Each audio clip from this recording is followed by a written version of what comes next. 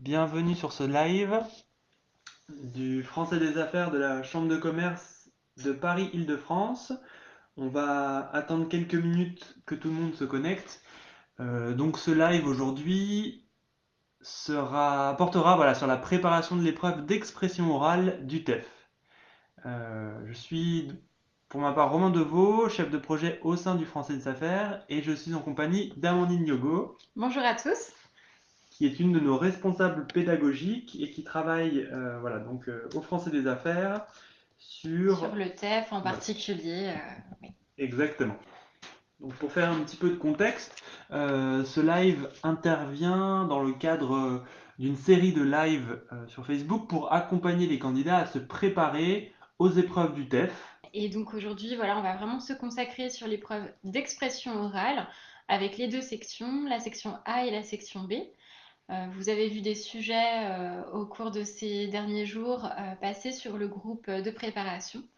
Donc on va les commenter ensemble et on vous donnera quelques conseils pour bien se préparer à cette épreuve. Tout à fait.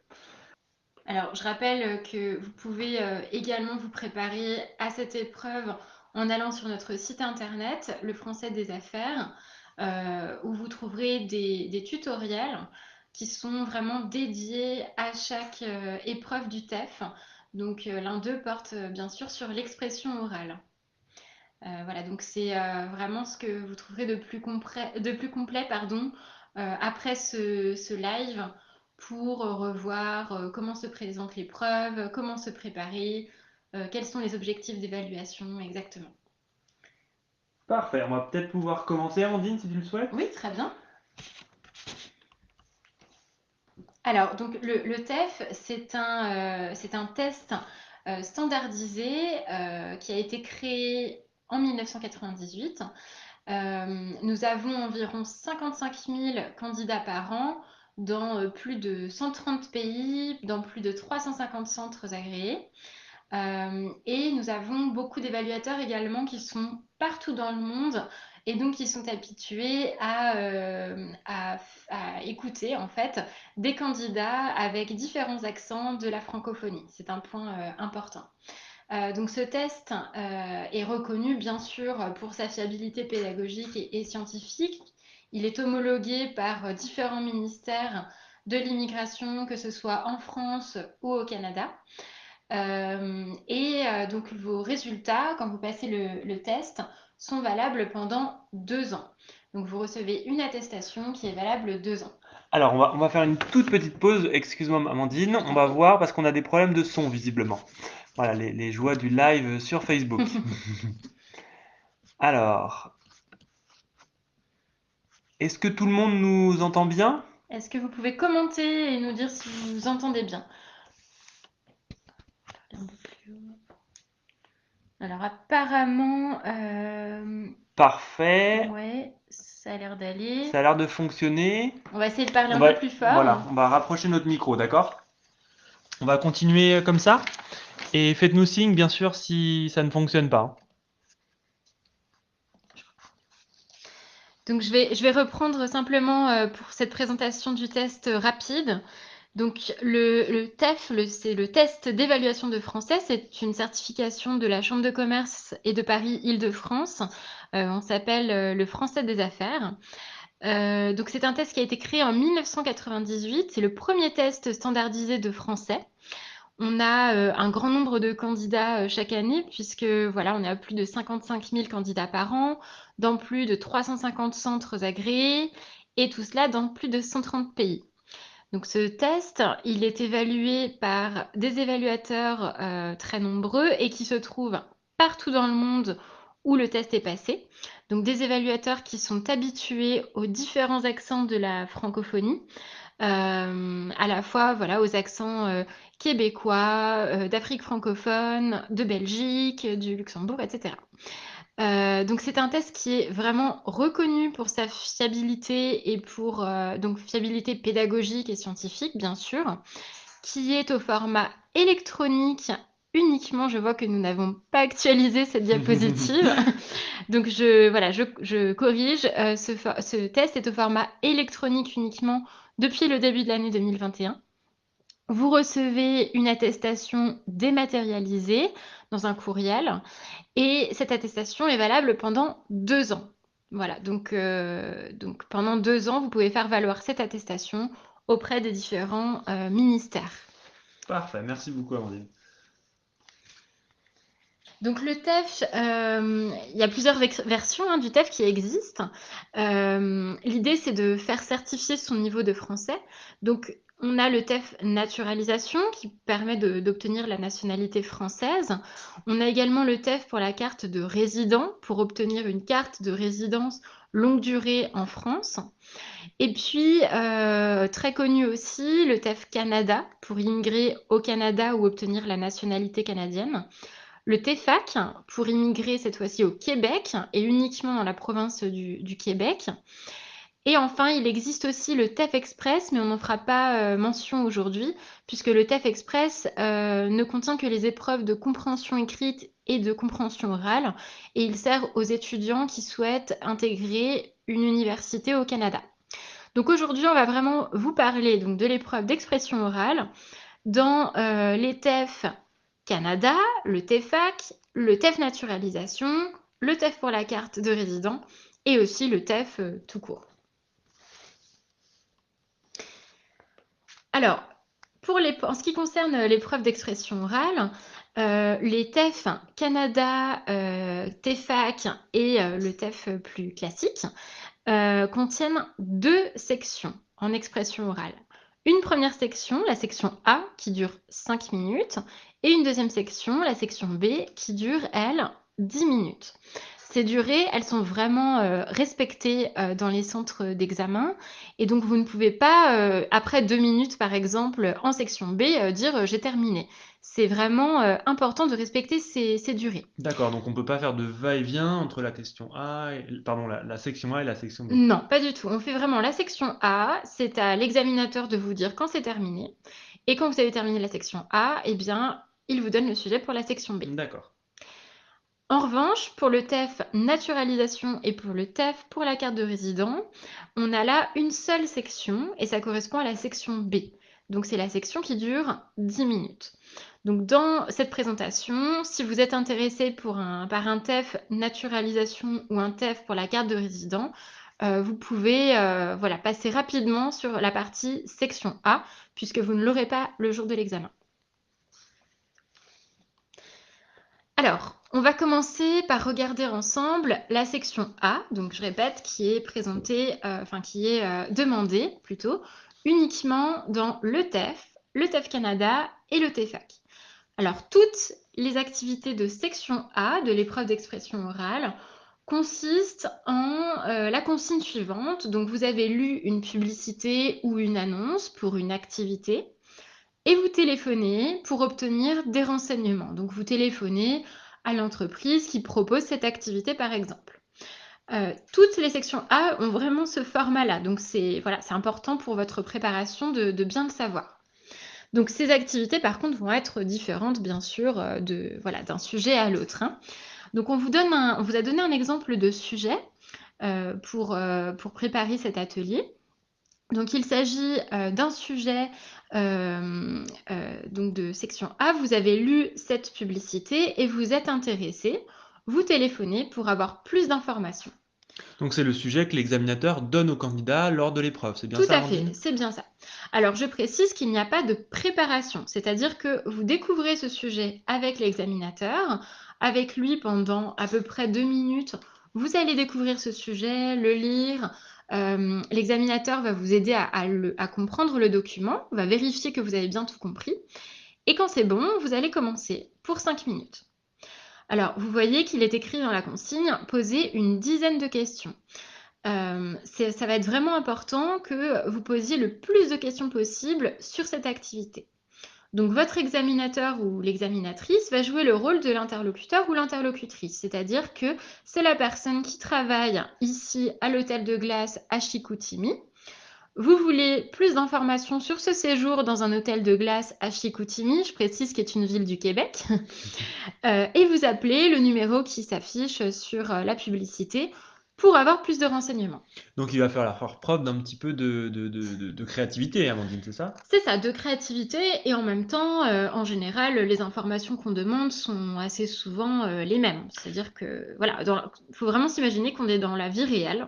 D'accord, mais il y a aucune question de connaissance générale. Voilà, si on ne connaît Absolument pas pas. Chicoutimi, on peut tout à fait, répondre à cette activité. Bien sûr, bien sûr. D'ailleurs, si on ne connaît pas Chicoutimi, ça peut être une des questions, proposées. Quelles activités je pourrais faire à Mmh. Chicoutimi? Voilà. D'accord. Donc vous lisez en fait, ce document de manière assez, voilà, assez précise, parce qu'il ne s'agit pas de poser quand même une question dont vous aurez la réponse, dans le document et imaginez que vous êtes dans la vie réelle. Ce document, ben, il a pas toutes les informations. Donc vous allez appeler pour en savoir plus. Alors, Amandine, là, on a une question de Sarah en ligne. Mmh mh. Est-ce que là, l'objectif, c'est de poser un maximum de questions ou de poser des questions les plus pertinentes, même s'il y en a moins de 10? Non, bien sûr, en fait, on ne va pas compter le nombre de questions que vous allez poser, donc ça peut tout à fait être 8, 12, à la limite, effectivement, peu importe, tant que les questions sont pertinentes.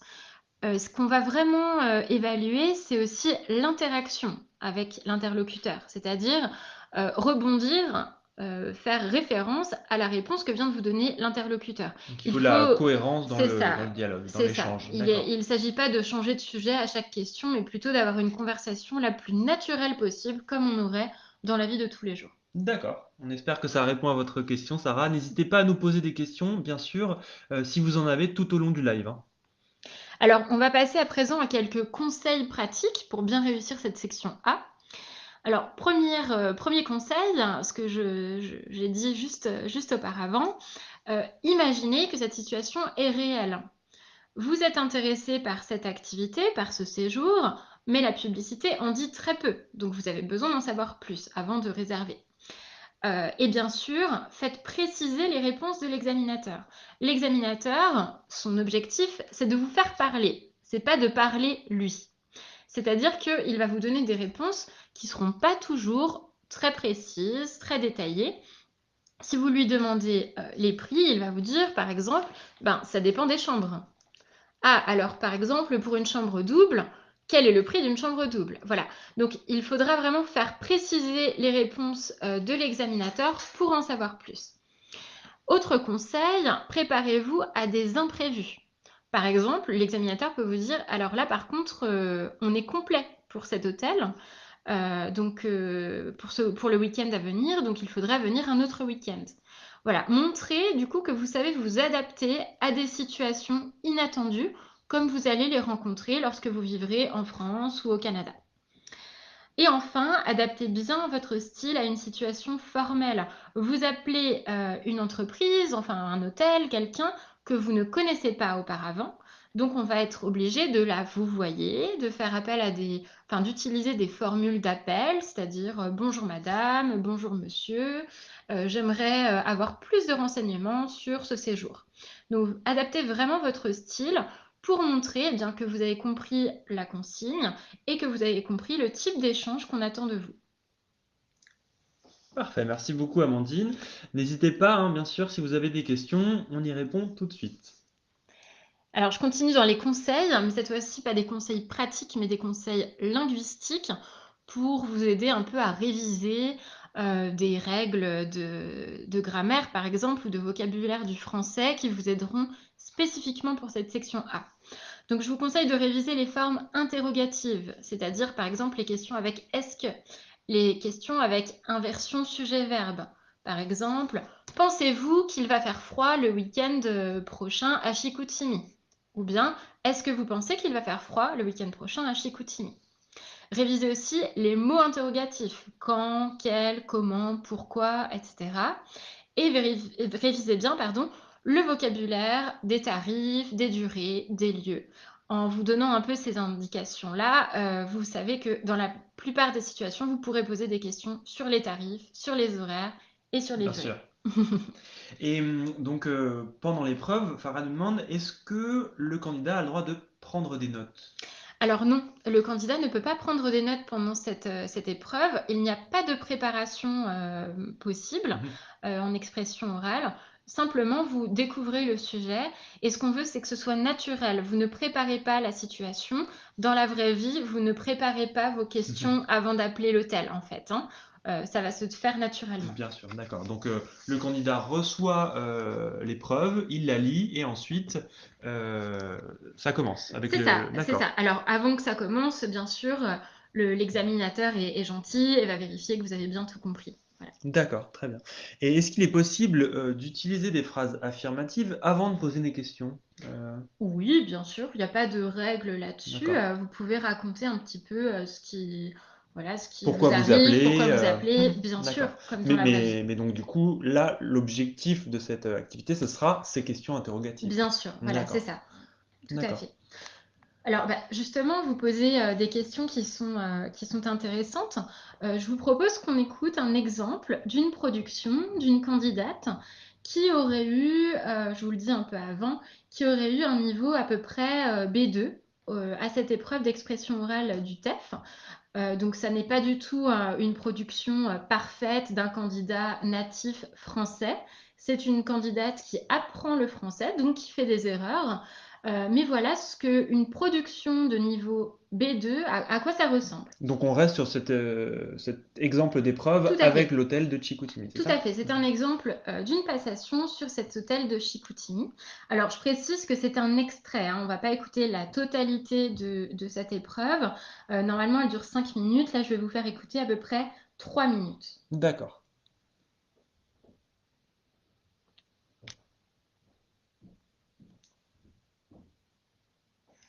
Hôtel de glace Chicoutimi, bonjour. Oui, bonjour madame.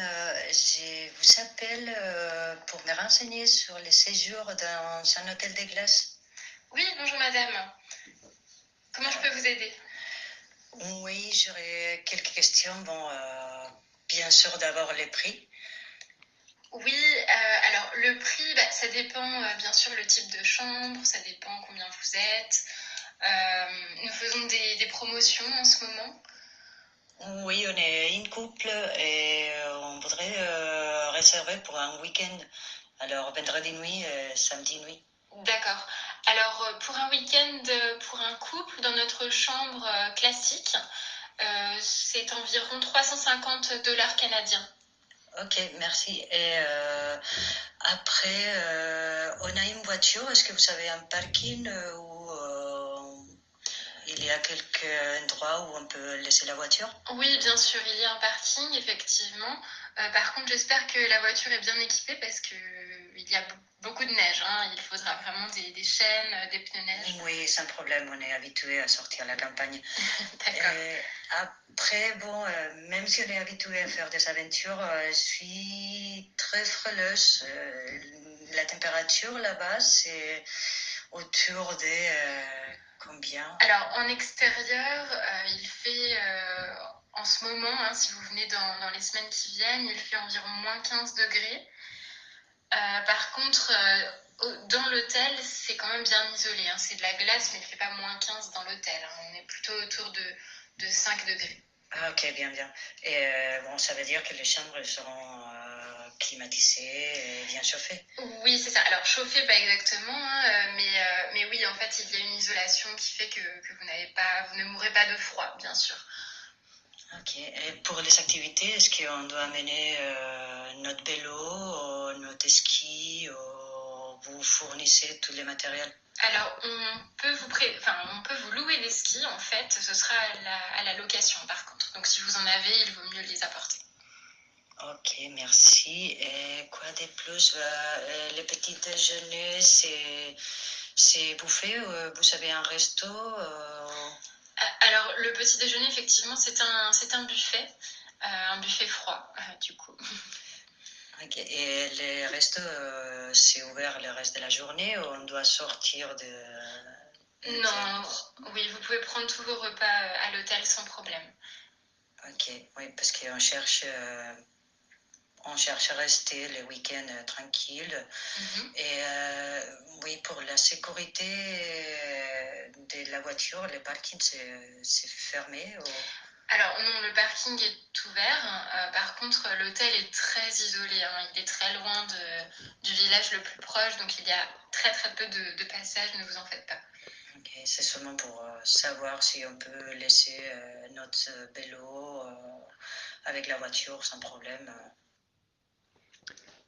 Parfait. Voilà, Merci beaucoup, Amandine. je vous en prie. Alors, on a une question de Sarah, justement. Pendant l'interaction entre les candidats et l'examinateur, est-il possible d'imaginer des situations? Je suis une maman, je suis étudiant, je suis enceinte, je viens avec mon mari, avec mes enfants. Bien sûr, bien sûr. En fait, plus la situation a l'air vraie, mieux c'est. Là, vous avez entendu cette candidate, par exemple, elle dit, je suis très frileuse. Bon, c'est peut-être J'ai une vrai, voiture. voilà, mais j'ai une voiture, est-ce que je viens avec mon vélo ou est-ce qu'on peut mettre la voiture? Elle s'est vraiment projetée dans cette situation comme si c'était vrai qu'elle voulait aller dans cet hôtel. C'est un petit jeu de rôle au final. Tout à fait. Et en fait, on n'ira jamais vérifier si c'est vrai que vous êtes une maman, vous êtes un étudiant. Donc, n'hésitez pas, bien sûr, à vous imaginer un peu qui vous êtes pour poser les questions les plus pertinentes possibles. Vous avez entendu aussi dans cet extrait, si je commente un petit peu, voilà, différentes questions très pertinentes qu'on a évoquées auparavant, par exemple tout ce qui était les tarifs, mais aussi là, ça se prêtait bien à cette activité. Elle a posé des questions sur le parking, sur la sécurité, sur les activités possibles, les petits déjeuners, mais aussi là, pour cet exemple précis, quelle est la température? Elle a dit la température, c'est autour de combien? Donc voilà, c'est le type de questions que vous pouvez poser et vous avez vu, l'examinatrice ne donne pas trop d'informations non plus. Donc ça invite la personne à poser le plus de questions possible. Donc plus les questions elles sont précises et elles sont en lien avec le sujet, Mieux plus ce c'est. sera valorisé. Tout à fait. L'idée, c'est vraiment de poser des questions, bien sûr, en lien avec le sujet et pas de poser des questions trop générales qu'on pourrait poser avec n'importe quel sujet, hein. Là, par exemple, elle n'a pas posé de questions sur les horaires. C'est un hôtel, on arrive voilà, à des horaires classiques. Et vous avez entendu aussi, donc au niveau de la langue, bien sûr, il y avait des choses qui n'allaient pas et qui n'étaient pas parfaites. Mais au niveau de l'introduction, elle a vraiment dit qu'elle était tombée sur cette publicité, qu'elle était intéressée. Donc, elle a mis la situation un peu en contexte. Si je devais faire un peu un commentaire pour conseiller à cette candidate voilà, de s'améliorer pour mieux réussir l'activité, je lui dirais de varier un peu plus le type de questions à poser. Elle a posé beaucoup de questions avec est-ce que. Parfois, elle insinuait un peu la question. Je lui dirais voilà, de poser des questions sous des formes un peu plus variées en utilisant plus de mots interrogatifs. Voilà. D'accord, très bien. Merci beaucoup Amandine. Je t'en prie. Alors on peut passer à la section B, c'est ça? Tout à fait. Mais cette fois-ci, je rappelle qu'elle est bien passée, elle est bien demandée dans tous les types de TEF qui existent, sauf le TEF Express, la petite parenthèse du début. Donc cette section B, elle va durer 10 minutes. Vous allez voir que 10 minutes, ça peut être un petit peu long. Mais l'examinateur est vraiment là pour vous aider à réaliser cette activité et à vraiment tenir les 10 minutes. Alors, à chaque fois, dans toutes les sections B, la situation est la suivante. Vous avez lu une publicité ou une annonce, à nouveau pour une activité. C'est un peu le même type de document qu'en section A, hein, c'est pas très différent. Par contre, ce qui va être très différent ici, c'est que vous allez parler, vous allez en discuter en fait avec un ami ou une amie qui va être joué par l'examinateur ou l'examinatrice, et vous allez essayer de convaincre votre ami d'y participer. C'est-à-dire que votre ami n'aura pas forcément très envie de faire cette activité. Vous allez vraiment devoir trouver tous les arguments pour qu'il ait, à la fin de cette discussion, envie de faire cette activité. Donc là c'est une activité d'argumentation et plus de questions.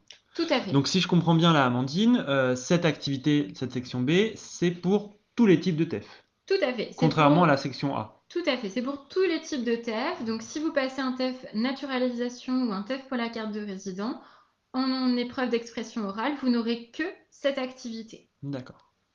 Alors là, l'exemple sur lequel on va se pencher, vous l'avez vu publié sur le groupe cette semaine ou la semaine dernière. Donc, vous avez lu cette publicité pour un site internet. Vous en parlez à un ami qui a besoin d'apprendre une langue étrangère. Présentez-lui ce document et essayez de le ou la convaincre de prendre des cours par Internet. Donc là, on voit bien deux consignes. Oui, Tout d'abord, présenter le document, et ensuite, la partie argumentation pour convaincre l'ami, c'est ça? oui, c'est une très bonne remarque parce qu'on attend vraiment que vous présentiez ce document à votre ami. On imagine que votre ami, lui, ne l'a pas vu cette annonce.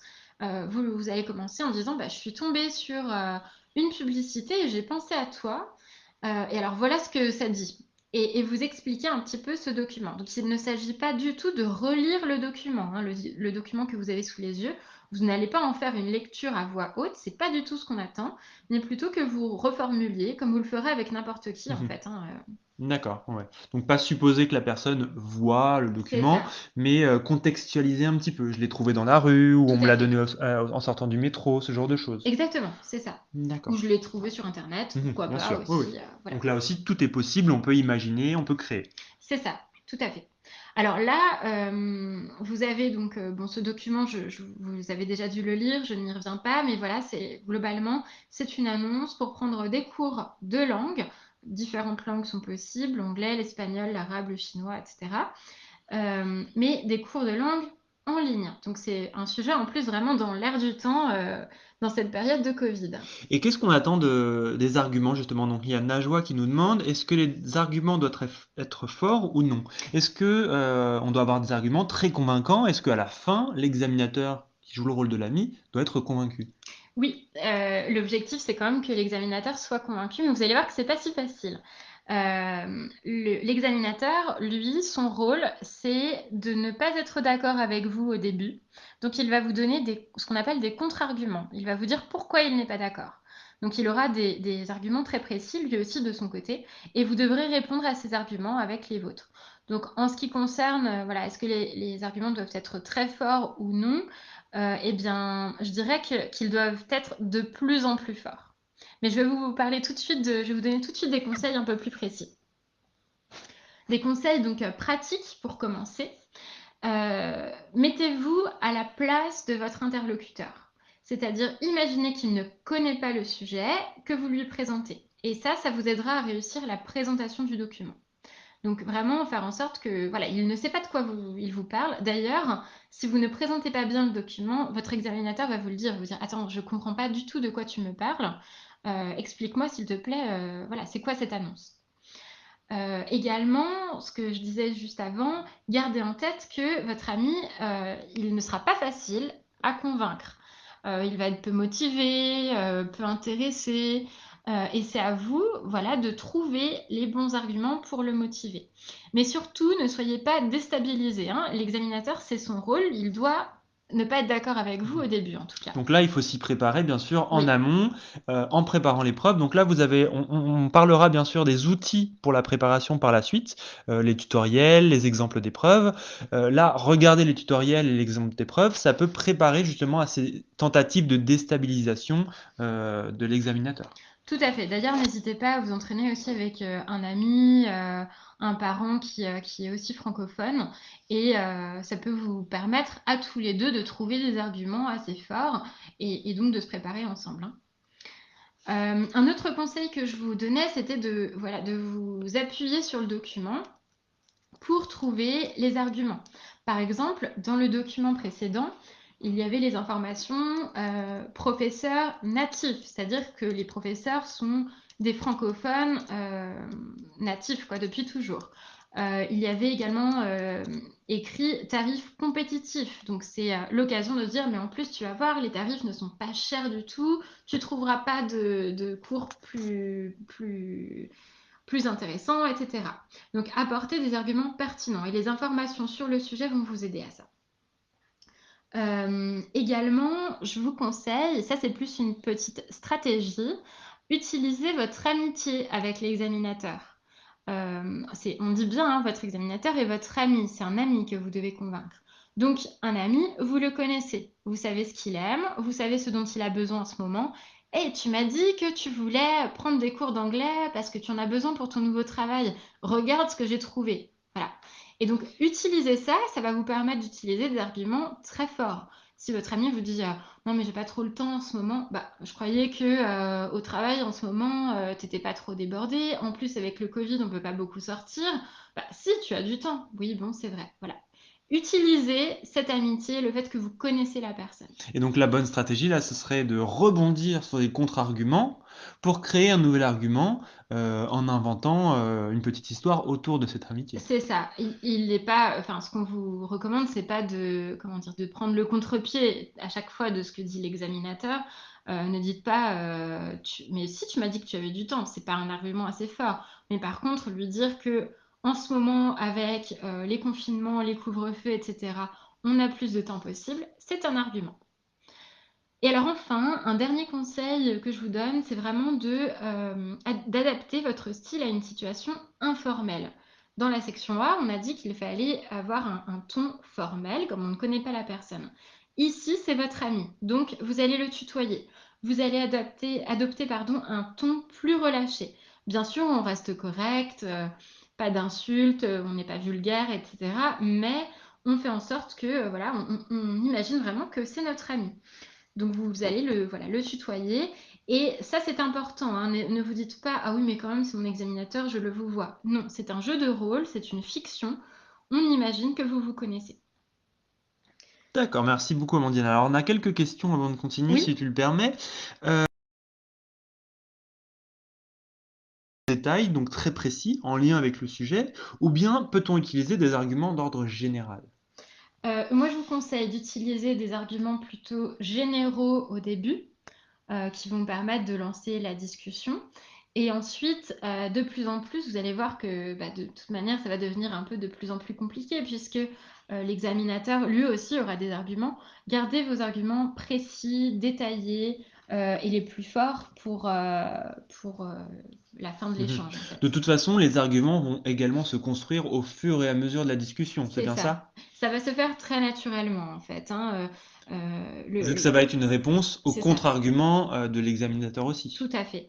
Tout va se faire comme une conversation classique qu'on aurait avec un ami, mais sur laquelle on n'est pas trop d'accord. Voilà. D'accord. Zou nous demande, est-il obligatoire que l'examinateur soit convaincu à la fin? En réalité, c'est assez subjectif. L'examinateur, il ne va pas réellement faire cette activité. Donc, l'examinateur, à la fin de l'échange, en général, il vous dira, je vais réfléchir. Et vous ne saurez pas si vous l'avez vraiment convaincu ou non, mais c'est pas très grave. L'objectif, c'est vraiment que vous trouviez des techniques pour argumenter, des bons arguments, une manière de les présenter aussi qui soit assez convaincante. D'accord. Donc c'est pas parce que l'examinateur à la fin va dire je vais réfléchir qu'on a raté l'épreuve. Pas du tout. De même que s'il vous dit OK, je suis convaincu, ça ne veut pas dire que vous allez avoir le niveau C2. Ça fait partie de l'échange, de la simulation. L'examinateur ne vous donnera jamais votre résultat à la fin de l'épreuve. Il faudra vraiment attendre la réception de votre attestation. D'accord. Et justement, en parlant de correction de cette épreuve, qui est-ce qui corrige l'épreuve, nous demande Ami. Est-ce que c'est l'examinateur qui aura dans la salle ou est-ce que c'est la chambre de commerce, le français des affaires? Eh bien, c'est les deux en réalité. Vous allez être évalué par l'examinateur qui vous fait passer l'épreuve, la personne qui est en face de vous, mais il y aura ensuite une deuxième évaluation qui sera faite par le français des affaires de la Chambre de commerce de Paris-Île-de-France. Donc pour ça, l'évaluation, enfin votre passation, votre prestation va être enregistrée. Ne soyez pas surpris par ça également. Les examinateurs doivent vous enregistrer et c'est à partir de cet enregistrement qu'il y a une deuxième évaluation. Le fait qu'il y ait deux évaluations, c'est pour garantir une évaluation la plus fiable. Mhm. Et voilà, ça montre que vos résultats sont bons, sont réels, sont fiables. D'accord. Arthur nous demande si on peut utiliser pendant l'expression orale du langage courant. Oui, Alors, remettons en contexte, dans la section A, on a vu qu'il fallait rester courtois et vous voyez, ou utiliser un langage voilà, très formel, formel, oui. parce que l'épreuve le demandait. Pour cette seconde épreuve, la section B, là, on peut utiliser Bien du sûr, langage courant. bien sûr. D'accord. Vous pouvez utiliser du langage courant comme vous le feriez avec un ami avec qui vous parlez en français. Donc effectivement, on ne parle pas la langue qu'on écrit ou la langue du 19e siècle, hein. C'est la langue d'aujourd'hui dont il est question. Alors, Sarah nous demande, nous donne un exemple Mhm.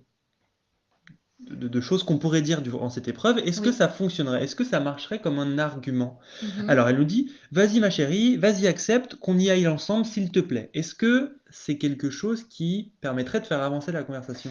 Pas tellement en fait, hein. Ce n'est pas vraiment L'idée, un argument en c'est fin de ça. compte. L'idée, ce n'est pas de dire allez, vas-y, s'il te plaît, accepte, parce que là, vous n'indiquez pas pourquoi votre ami devrait accepter. Peut-être qu'il y a un début d'argument dans pour qu'on y aille ensemble. C'est ça. L'argument pourrait être, allez, si tu hésites à prendre ces cours en ligne, moi je veux bien en prendre avec toi. Et comme ça, si on les prend ensemble, on pourra échanger, on pourra se motiver. Et ça, c'est un vrai argument par Voilà. contre. Ou vas-y, on le fait ensemble parce que ça fait longtemps qu'on n'a rien fait ensemble. Ou on a peu Exactement. de temps, profitons pour faire quelque chose ensemble. Exactement. Voilà. Voilà, c'est ça.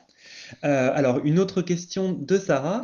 Mhm. Qu'est-ce que vous conseillez pour clôturer la conversation? Faut-il clôturer la conversation? Alors non, en réalité, ce n'est pas à vous de clôturer cette conversation.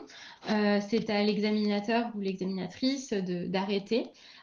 En général, vous allez quand même sentir quand c'est la fin parce qu'il va vous dire, bon, ben écoute, je ne sais pas trop, je vais encore prendre le temps de réfléchir. Peut-être que je vais appeler le site internet. Enfin, je vais appeler le numéro sur Mhm. l'annonce pour en savoir plus et puis je reviendrai vers toi. Voilà, il risque de terminer plutôt comme ça en laissant un peu de Le doute, flou, ouais. et c'est normal. D'accord. Alors, une autre question de Sarah.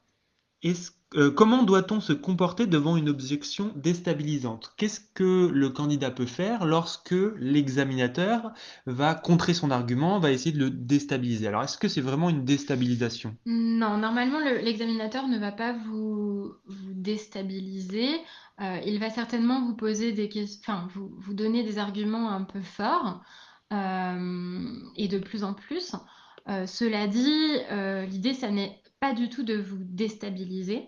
Vous allez, je dirais, faites comme si c'était une vraie situation. Ne soyez pas perturbé par le fait que c'est un examinateur, etc. Mhm. Essayez d'oublier ça et plutôt de vous-même, C'est un s'il peu est du tout théâtre, au montre, final. exactement. Alors l'idée, c'est pas bien sûr voilà, d'avoir une performance d'acteur. On s'en fiche que vous soyez bon acteur ou pas. En revanche, voilà, n'hésitez pas si l'examinateur lève un peu le ton en disant mais écoute, je suis pas du tout intéressée, je sais pas pourquoi tu me parles de ça. Vous aussi, vous pouvez lever un petit peu le ton, voilà, comme deux amis qui ne vont pas se disputer, mais qui ne sont vraiment pas d'accord. D'accord. Et est-ce que je peux faire preuve d'humour? Est-ce que je peux Oui, rigoler bien durant sûr, l'épreuve? Me bien demande sûr, Arthur. bien D'accord. sûr. Très bien. Merci beaucoup, Amandine. On va avancer avec ces conseils. Yasmine, on vous répond à la fin de cette présentation parce que c'est une question très importante, le Oui. non-verbal, mais on y répondra à la fin. Voilà. Alors, je termine juste pour la section B sur des petits conseils linguistiques, ce que vous pouvez réviser pour préparer cette section B. Donc, je vous conseille de revoir le subjonctif et les temps du futur parce que vous allez demander à votre ami de se projeter. Mais si tu verras, grâce à ces cours en ligne, tu vas progresser, etc. Donc, les temps du futur, le subjonctif. Je vous conseille aussi d'utiliser des connecteurs logiques. Par exemple, l'expression de la conséquence. Euh, Quelles conséquences ça aura si tu prends ces cours en ligne, l'addition, l'opposition, et surtout, variez votre vocabulaire. C'est-à-dire, n'utilisez pas seulement les mots qu'il y a dans le document, on va vous évaluer là-dessus aussi. Donc, essayez voilà, de montrer un peu le vocabulaire que vous connaissez, mais bien sûr, en lien avec cette situation et avec le document, mais aussi avec la situation amicale. Et enfin, n'employez que des mots dont vous connaissez bien le sens. L'objectif, c'est pas de dire des mots savants comme ça pour donner l'impression qu'on en sait beaucoup. L'idée, c'est que tous les mots que vous utilisez, vous les utilisez correctement. Alors, Devalcine nous pose une question. Si Mhm. vous pensez que vous avez donné tous les arguments dans le temps imparti et que l'épreuve n'est pas finie, par exemple, Mhm. qu'est-ce qu'il se passe? Est-ce qu'il faut donner d'autres arguments? Que faut-il faire? En fait, ne pensez jamais que vous avez terminé l'épreuve tant que l'examinateur ne vous le fait pas comprendre. il faudra vraiment aller au bout des 10 minutes. Nous avons besoin que vous réalisiez cet échange en 10 minutes pour pouvoir vous évaluer correctement. C'est pas à l'examinateur de dire c'est bon, j'en ai assez entendu. C'est vraiment important de respecter cette procédure. Donc vous, imaginez que vous êtes avec un ami dans un café, vous n'allez pas partir comme ça quand vous ne vous êtes pas mis d'accord, en gros. Donc l'idée, c'est vraiment de continuer et tant que la personne ne vous dit pas, bah, écoute, désolé, j'ai un rendez-vous, j'y vais, vous continuez à essayer de le convaincre. D'accord. Alors Arthur nous demande, donc en réaction au conseil linguistique que Mhm. tu as proposé, est-ce que c'est avantageux du coup d'utiliser le subjonctif, le conditionnel et les autres temps? Oui, tout à fait. En fait, plus vous allez utiliser des temps, des structures un petit peu complexes, plus ça va nous permettre de voir ce que vous savez faire, comment vous savez parler en français. Et donc, ça va nous permettre de vraiment déterminer quel est votre niveau. Voilà. D'accord. Marie nous demande, est-ce que en présentant le contenu de l'annonce Mhm. à l'examinateur, est-ce qu'on peut lire le document? Non, vous ne lisez pas le document mot à mot. Vous pouvez en relire un petit extrait, mais l'idée, c'est plutôt de reformuler et de raconter naturellement à votre examinateur. On Bien sûr, imagine, s'il y a des informations dedans, on peut bien reprendre ces sûr, oui, informations. oui, l'idée, c'est de reprendre ces informations. Mais si vous êtes dans un café avec un ami et que vous lui parlez de cette annonce que vous avez vue la veille, vous n'allez pas lire le document. Vous allez en parler naturellement. D'accord.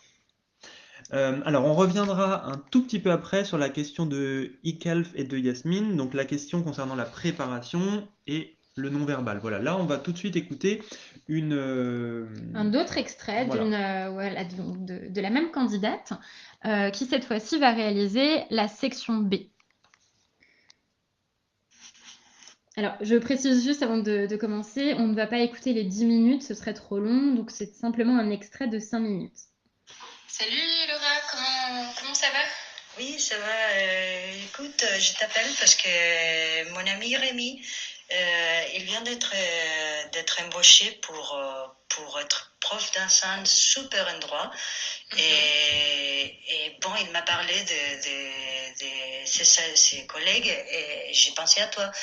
Bon, je sais que toi, tu aimerais bien apprendre un peu plus d'espagnol et tout ça. Et ouais, lui, il m'a dit que c'est tout en ligne. C'est bon, tu es ambitieux avec les profs et ils te donnent des exercices et après tu peux faire tout avant. Un test pour voir ton niveau, que je crois que ça n'a pas commencé. Je crois que peut-être que tu commences dans un B1 ou une chose comme ça. Et je sais pas, je voulais te parler parce que je crois que c'est très chouette. Oui, c'est vrai que je veux prendre des cours d'espagnol, tu as raison. Par contre, je pensais plus prendre des cours plus traditionnels en fait, hein, pas des cours en ligne, vraiment des cours en classe avec un groupe, un vrai professeur. Bon, mais tu auras la même chose, mais chez toi, que c'est beaucoup mieux, avec ton ordi, tranquillement. Parce que ce que Rémi m'a dit, c'est qu'ils font comme ça. Parce que maintenant, comme on ne peut pas sortir trop avec tous les confinements et tout ça, je sais pas, lui il m'a dit que la prof d'espagnol, elle est super sympa. Et aussi, elle vient de Granada, que je sais que tu adores. Alors, je ne sais pas. Ouais, non, mais c'est vrai, tu as raison qu'en plus en ce moment, c'est quand même difficile de se déplacer pour des cours et puis d'être réunis à plusieurs dans une même classe, c'est vraiment pas idéal. Mais tu penses que le contact humain, c'est la même chose quand on est derrière un écran, derrière une caméra. J'ai l'impression que c'est moins naturel quand même. Ah bon, bien sûr, ça sera moins naturel parce que je suis sûre que tu pourras pas, après les cours, rester avec quelqu'un pour te faire un verre ou rien de tout parce que j'imagine que vous serez d'endroits différents et que la prof sera pas forcément à côté pour l'appeler ou pour le dire. Mais c'est une bonne chose d'Internet qu'on est toutes connectées et on est tout le temps là. Alors, pourquoi pas? Ouais, après, oui, moi ce qui me gêne aussi, c'est que je suis toute la journée derrière mon écran, puisque comme tu sais, je télétravaille. Alors, faire encore des cours sur l'ordinateur le soir après le travail, ça me fatigue un peu. Ouais, écoute, ça, ouais, je peux rien te dire. C'est clair qu'avec les écrans aujourd'hui, on est condamné. Mais je sais pas, je crois que c'est une bonne. Et surtout, il m'a dit que comme il travaille là-bas, il peut te faire un super prix. Ah, ça c'est intéressant par contre, oui, parce que c'est vrai que les cours de langue c'est cher quand même. Quand on veut des cours sérieux. Ouais, faut que je vois. Après, j'ai peur aussi de pas être très à l'aise en visioconférence. Tu vois, tout le monde voit comment c'est chez toi. Ah bon, mais maintenant, il existe toutes les fonds d'écran. Tu peux le changer, le faire un peu plus rigolo. Hein. Tu peux te mettre dans la plage, tu peux te mettre dans la montagne. Bon. Ouais, c'est vrai, j'avais pas pensé à ça. D'accord. On suit facilement sa progression parce que moi, je voulais vraiment des cours avec régulièrement des informations sur mon niveau, mes progrès, puis qu'il y ait un suivi, quoi, avec un prof en particulier qui s'occupe de moi. Ah, mais ouais, ça, c'est une chose qu'il m'a parlé, que c'est que si par exemple, tu travailles beaucoup plus rapide qu'une autre personne, tu n'as pas à rester dans un cours. Tu peux changer pendant. Tu achètes 10 cours, tu achètes un an sur les plateformes. Et après, c'est selon tes objectifs et selon comme tu avances, tu peux changer de niveau. D'accord. Bon, c'est vrai que c'est pas mal. Faut quand même que je réfléchisse parce que j'ai peur de pas arriver à me concentrer chez moi. Bon, après, écoute, tu sais que Rémi, il habitait ici à côté. Et si tu as quelques doutes ou tu veux savoir un peu plus comment ça marche, on peut se voir et parler. Bien, alors, donc vous avez écouté un extrait à nouveau d'une passation. Cette fois-ci, donc c'est pour la section B, le sujet qu'on avait montré et que vous avez pu préparer avant cet atelier. Donc, je vais simplement faire un petit commentaire. Donc, vous avez entendu au tout début que la candidate présente le document. La présentation, vous avez vu, elle dure à peu près 1 minute, 1 minute 30. On n'a pas besoin de faire beaucoup plus. Et là, sa stratégie à elle, ça a été d'imaginer qu'on lui a parlé de ses cours, en fait, que quelqu'un, un ami en commun, leur a parlé de ses cours. Donc, c'est tout à fait possible, il n'y a aucune consigne là-dessus. Vous pouvez imaginer aussi que c'est quelqu'un qui vous en a parlé. Donc on peut parler de quelque chose qui provient de son expérience personnelle, voilà, Bien nous sûr. demande Devalcine. Oui, D'accord. absolument. C'est tout à fait possible de ramener ça à son expérience personnelle. La candidate, vous avez entendu, elle reprend les informations du document, mais elle les reformule. Elle ne lit pas le document par rapport aux questions qu'on a eues tout à l'heure. Et puis surtout, simplement dans les 5 minutes qu'on vient d'écouter, on avait à peu près 1 minute de présentation de document. On a écouté 4 minutes d'argumentation. Et en 4 minutes, moi, j'ai noté 8 arguments différents déjà, avec une candidate qui aurait un niveau B2, B2+. Donc, vous voyez qu'elle a donné des arguments très concrets à chaque fois, reliés aussi à son expérience personnelle. Et à l'actualité. Et à l'actualité, tout à fait. Elle a, par exemple, indiqué que des cours en ligne, c'était super en période de Covid. Que c'était mieux d'être chez soi. Elle a imaginé que la prof espagnole vient de Granada en Espagne et que sa copine adore cette ville. Voilà, c'est aussi s'approprier un peu cet imaginaire pour trouver des arguments. Et vous voyez bien aussi que elle n'est pas toujours en désaccord complet avec l'examinatrice et vice-versa. Quand l'examinatrice lui dit mais moi j'en ai marre des écrans, je suis toute la journée derrière un écran, elle répond ben oui, je comprends, bien sûr, comme on ferait dans la réalité. En même temps, est-ce que tu as un autre choix avec la pandémie? Non, pas trop. Et surtout, tout de suite après, elle donne un nouvel argument, mais il m'a dit qu'il y avait des super tarifs, des super prix. Donc, vous voyez qu'en fait, la conversation, je pense que cet extrait montre bien que la conversation est très Elle est naturelle. fluide. Elle est fluide, elle est D'accord. naturelle. Donc, quand il y a un argument, un contre-argument, il faut rebondir sur ce contre-argument. Il ne faut Tout pas à fait. inventer quelque chose à l'ouest. Tout à Voilà. fait, c'est ça. C'est la question que nous posait Sarah. C'est ça, c'est-à-dire que, on montre mutuellement, qu'on s'écoute, qu'on se comprend. L'examinateur ou l'examinatrice fera pareil, hein, d'ailleurs, va rebondir aussi sur vos arguments pour Mhm. que tout soit naturel. Donc, Raza nous demandait, est-ce que le plus important, c'est d'avoir un vocabulaire élaboré ou d'avoir une conversation naturelle? Je dirais que c'est d'avoir une conversation naturelle, mais en montrant quand même que, on connaît un peu plus, de vocabulaire que celui du document. Mhm. Là, par exemple, cette candidate, elle a parlé, des fonds d'écran, elle a parlé, de progression, d'adaptation à Mhm. ton niveau. Elle a parlé également, attendez, je note, j'ai noté différentes choses, mais, elle a donné des exemples très concrets.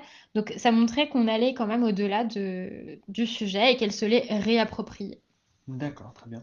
Et pour ce qui est de la, pardon, du détail, pardon, des arguments, est-ce que Oui, des arguments courts, c'est plus judicieux, nous demande Arthur?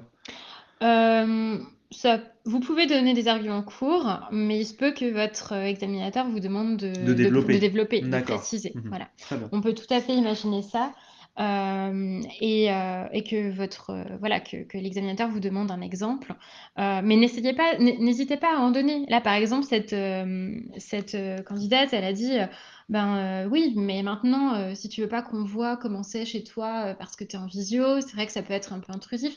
Donc, tu peux utiliser des fonds d'écran. Aujourd'hui, tu peux mettre un fond d'écran à la montagne, à la plage. C'est des exemples, tout Mhm. simplement, hein. À la plage, à la montagne, ce sont des exemples. D'accord, très bien. Là, pour rappel, c'était une candidate de niveau 2, B2 avancé ou faible? Alors, cette candidate, on l'aurait évaluée, je pense, à l'oral B2, B2+.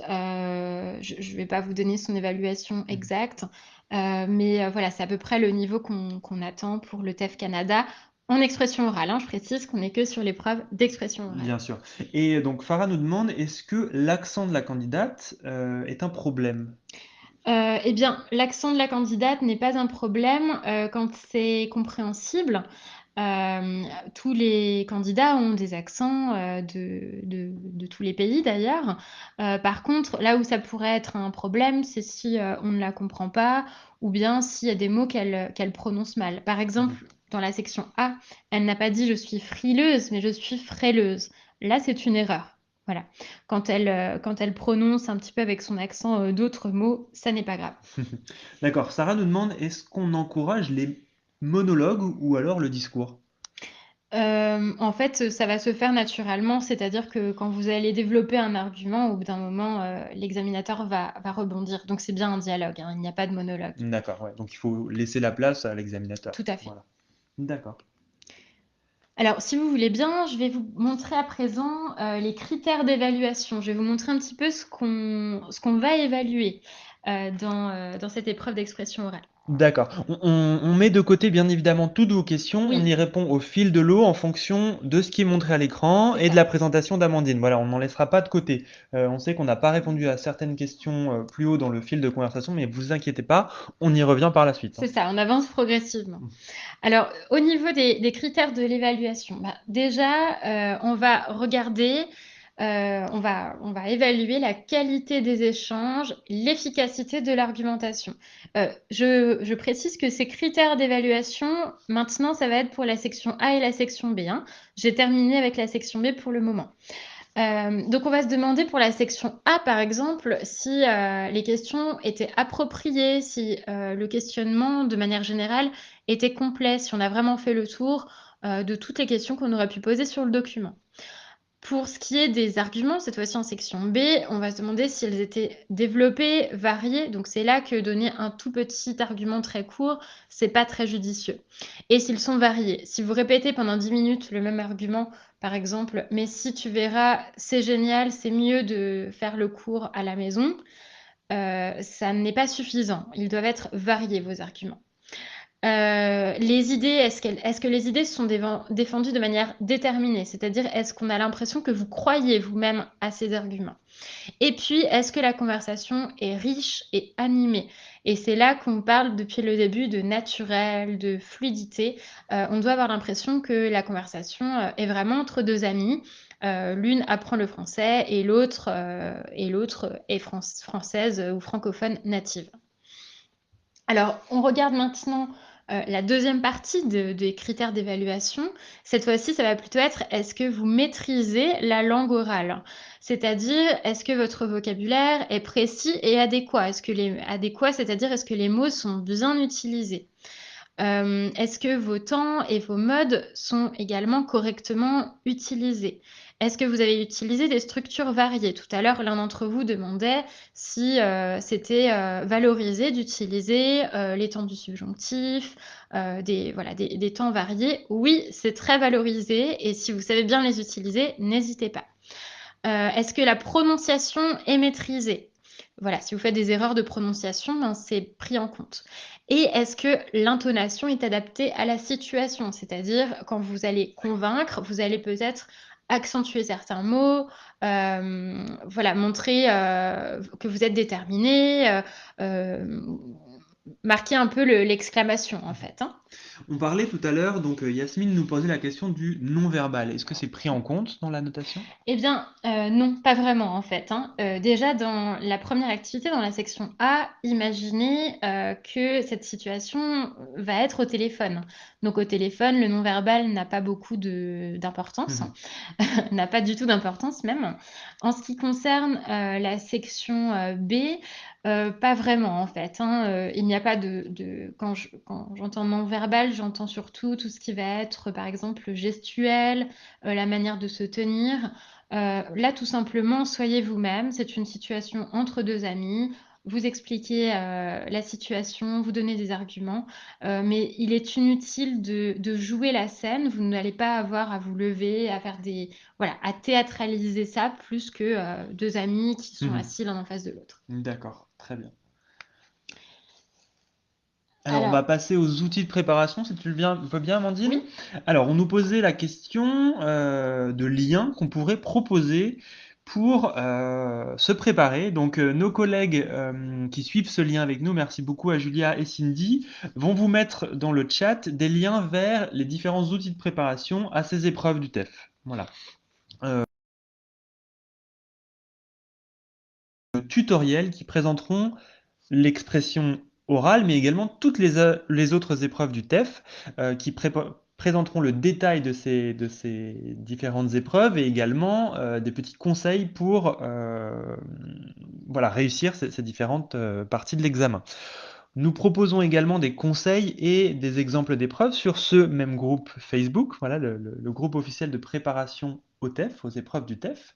Nous vous conseillons également de voir les autres vidéos, les autres Facebook Live qui ont été enregistrés et qui sont à votre disposition dans les vidéos de ce groupe de préparation des autres épreuves. Voilà. À ce titre, on vous donne également rendez-vous le mois prochain pour préparer l'épreuve de lexique et structure pour ceux qui auraient à passer cette dernière épreuve du TEF. Voilà. Ce n'est pas le cas dans le TEF Canada, par exemple, ou le TEF FAC. c'est ça, exactement. Vous avez également la possibilité de télécharger l'application mobile Français 3.0. C'est une application qui est en téléchargement libre, voilà, Qui est avec gratuite, tout à fait. exactement, avec un certain nombre de jeux d'épreuves à télécharger. Voilà. Vous avez également la possibilité de consulter des articles sur notre site internet, le site du Français des Affaires, qui peuvent vous aider à préparer ces épreuves, dont l'épreuve d'expression orale. Voilà, on te retrouve, Amandine, il me semble, sur cet article et Oui, tu c'est donnes vrai. des conseils, voilà, aux candidats pour préparer l'épreuve. Et Tout à enfin, vous avez la préparation en ligne de Prep My Future qui propose une partie de cours en ligne et une partie de préparation des épreuves avec des épreuves officielles en téléchargement sur cette plateforme qui est la plateforme de préparation un petit peu officielle du Français des Affaires. Voilà, c'est notre Tout à fait. notre partenaire officiel. Voilà. Tout à fait. Et je précise donc que sur Prep My Future, vous allez retrouver, enfin, vous allez surtout pouvoir vous entraîner à toutes les activités de compréhension qui sont en fait là des activités à correction automatique. Par contre, pour les épreuves d'expression écrite et d'expression orale, il n'y aura pas de correction, il n'y aura pas une personne qui vous fait passer l'expression orale, mais vous retrouverez quand même des exemples de sujets pour pouvoir vous entraîner et des conseils, un peu comme ce qu'on vous a donné aujourd'hui, voire d'autres conseils propres à certains sujets. Alors, je reviens sur votre question. ICLAF, voilà, on l'a pas oublié, on la mettait de côté pour justement cette partie préparation. Comment est-ce qu'on fait pour se préparer lorsqu'on est seul pour cette épreuve d'expression orale? Eh bien, je vous conseille d'utiliser tous les outils de préparation qu'on vient de mentionner voilà, pour vous préparer au mieux. N'hésitez pas aussi avec des exemples d'épreuves que vous retrouverez sur notre site ou bien sur Prep My Future, d'essayer de lister les arguments que vous pourriez donner sur tel ou tel sujet. En section A également, essayez d'imaginer toutes les questions possibles que vous poseriez si la situation était réelle. Vraiment essayer à chaque fois, de vous imaginer que tout ce contexte, toutes ces situations de communication sont vraies, sont de la vie quotidienne.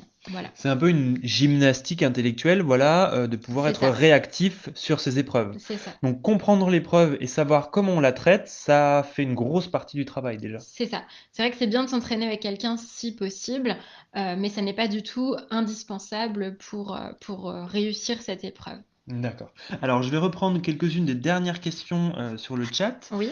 Samira nous demande, est-ce qu'on reçoit un document lors de la section B? Est-ce qu'on reçoit à l'avance, c'est ça, Oui, tout à le fait. document? Non, pas du tout. Les documents, vous les découvrez avec l'examinateur. Donc concrètement, comment ça se passe? Ben, vous arrivez, le jour de l'examen, vous passez les différentes épreuves sur ordinateur, compréhension écrite, compréhension orale, expression écrite et quand arrive votre tour pour passer l'épreuve d'expression orale, l'examinateur va vous accueillir. D'abord, il va vous montrer le sujet de section A. Vous allez prendre le temps de le comprendre ensemble avec lui et quand vous êtes prêts, on commence. Il n'y a pas de temps de préparation vraiment et pour la section B, c'est exactement pareil, on enchaîne après, la section A. Donc non, aucun document ne vous est envoyé à l'avance. C'est vraiment le principe de cette épreuve, hein, que ce soit, spontané, et rapide. Mais comme vous l'avez vu, il y a peu de lecture en fait, hein, dans ces documents. La lecture va assez vite et l'examinateur est là pour faciliter sa compréhension. D'accord, merci beaucoup Amandine. Alors, une autre question de Arthur. Est-ce qu'on Oui. peut utiliser les mots du dictionnaire Larousse ou d'autres langues et les expliquer pour justifier ses arguments? Alors, en fait, tous les mots du dictionnaire en français, bien sûr, peuvent être utilisés. Maintenant, l'idée, c'est vraiment d'utiliser les mots qui ont un lien avec la situation, qui ont un lien avec le sujet aussi. Euh, Par contre, vous n'avez pas accès au dictionnaire, si c'est ça la question. Pour le TEF, on n'a pas du tout accès, voilà, au dictionnaire, que ce Durant les soit épreuves. unilingue ou bilingue, durant les épreuves. D'accord. Et une dernière question de Vaïd. Oui. Est-ce qu'on va être pénalisé pour des connecteurs comme étant donné, car, en conséquence, qu'on utilise en règle générale ou plus normalement à l'écrit? Alors, les connecteurs, étant donné, car ça s'utilise tout à fait aussi à l'oral, hein, il y a aucun problème. Des connecteurs également comme, néanmoins, pourtant, mais aussi, ça peut Tout à fait s'utiliser possible, aussi. ça. Après, voilà, veillez à adapter, aux situations orales. Par exemple, à l'écrit, on va plutôt dire «de plus» pour ajouter une idée. À l'oral, on dira plutôt «en plus». Voilà, essayez simplement d'adapter Mhm. tout ça. Parfait. On est encore là quelques minutes. N'hésitez surtout pas à poser votre dernière question. Ce live sera en replay si vous ne l'avez pas suivi en intégralité. Autrement, on vous répondra bien sûr sur ce groupe de préparation aux épreuves du TEF. Et on vous retrouvera le mois prochain pour l'épreuve de lexique et structure. Voilà, cette épreuve qui est utilisée pour le TEF, très C'est généraliste. ça. Voilà. Donc cette épreuve de lexique et structure, on n'en a pas forcément fait trop référence auparavant, car elle est utilisée uniquement dans le TEF qu'on appelle 5 épreuves, le TEF un peu plus général. C'est une épreuve qui peut être par exemple demandée par certaines universités pour des étudiants internationaux qui voudraient intégrer une université française ou Mhm. francophone. Elle est, voilà, elle est demandée un petit peu par les universités. mais elle n'est pas obligatoire du tout pour le TEF Canada, le TEF naturalisation ou le TEF pour la carte de résident. D'accord. Alors, on a des nouvelles questions. Vaïd Mhm. nous demande, est-ce que les notes du TEFAC et du TEF Canada sont comparables pour l'expression orale? Oui, tout à fait. Le TEFAC et le TEF Canada sont relativement similaires en fait. Et vous pouvez, je vois le complément de la question, tout à fait utiliser le TEFAC, pardon, des outils de préparation pour le TEFAC pour préparer le TEF Canada et vice-versa. C'est D'accord. vraiment, ça se présente de la même manière. Oui. D'accord. Et Devalcine nous demande combien de catégories, donc combien de thèmes, de domaines sont abordés dans les sections A et B? Est-ce qu'il y a plusieurs domaines ou est-ce qu'on retrouve exactement les mêmes domaines, Non. l'hôtel et voilà. Non, il y a énormément de domaines. Je peux pas vous dire exactement combien, mais il y a, oui, plus de 500 sujets différents, avec des domaines relativement variés. Mais ce sont toujours des domaines vraiment de la vie quotidienne qui ne demandent aucune connaissance de culture générale. C'est vraiment des documents qu'on trouve un peu tous les jours, comme ceux qu'on a montrés aujourd'hui. D'accord. Bon bah si on veut s'arrêter là et clôturer ce live parce qu'on a répondu à beaucoup de questions, on sera ravi d'y répondre par la suite dans le chat. Mhm. Une question de Najwa, quelle est l'erreur ou les quelques erreurs à éviter que font les candidats en général? Eh bien, je dirais peut-être confondre un petit peu les situations de communication, c'est-à-dire en section A, ce serait d'avoir une langue un peu trop familière avec l'entreprise qu'on appelle pour avoir des informations, bien rester dans un registre formel. Et dans la section B, à l'inverse, ce serait d'avoir un ton beaucoup trop formel, vous voyez, être voilà, dans une situation qui ne colle pas à celle qui vous est donnée. D'accord, donc coller à la situation, rendre le discours le plus naturel possible, C'est ça. c'est l'important. Et justement, quand on nous donne, quand l'examinateur donne au candidat Le le sujet, ouais. combien de temps est-ce qu'ils ont pour Euh, comprendre, assimiler et réagir? En réalité, vous allez lire le document avec l'examinateur. C'est pas, on ne vous laisse pas un petit temps pour lire le document. Vous allez le lire ensemble, une ou deux fois, et il va vérifier que tout est compris avant de commencer. Voilà. D'accord, d'accord. Donc Donc ça si c'est pas prend compris, une minute ou deux. Et si ça n'est pas compris, oui, il va réexpliquer. C'est d'accord, ça. très bien, parfait. Ben, merci beaucoup Amandine. Merci à toi, Romain. Merci beaucoup à toutes et tous de nous avoir suivis durant ce Facebook Live.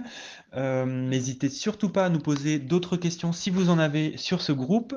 Et on vous retrouve avec beaucoup de plaisir le mois prochain pour l'épreuve de lexique et structure. Voilà. Très bonne fin de journée. À bientôt. Au revoir. Au revoir.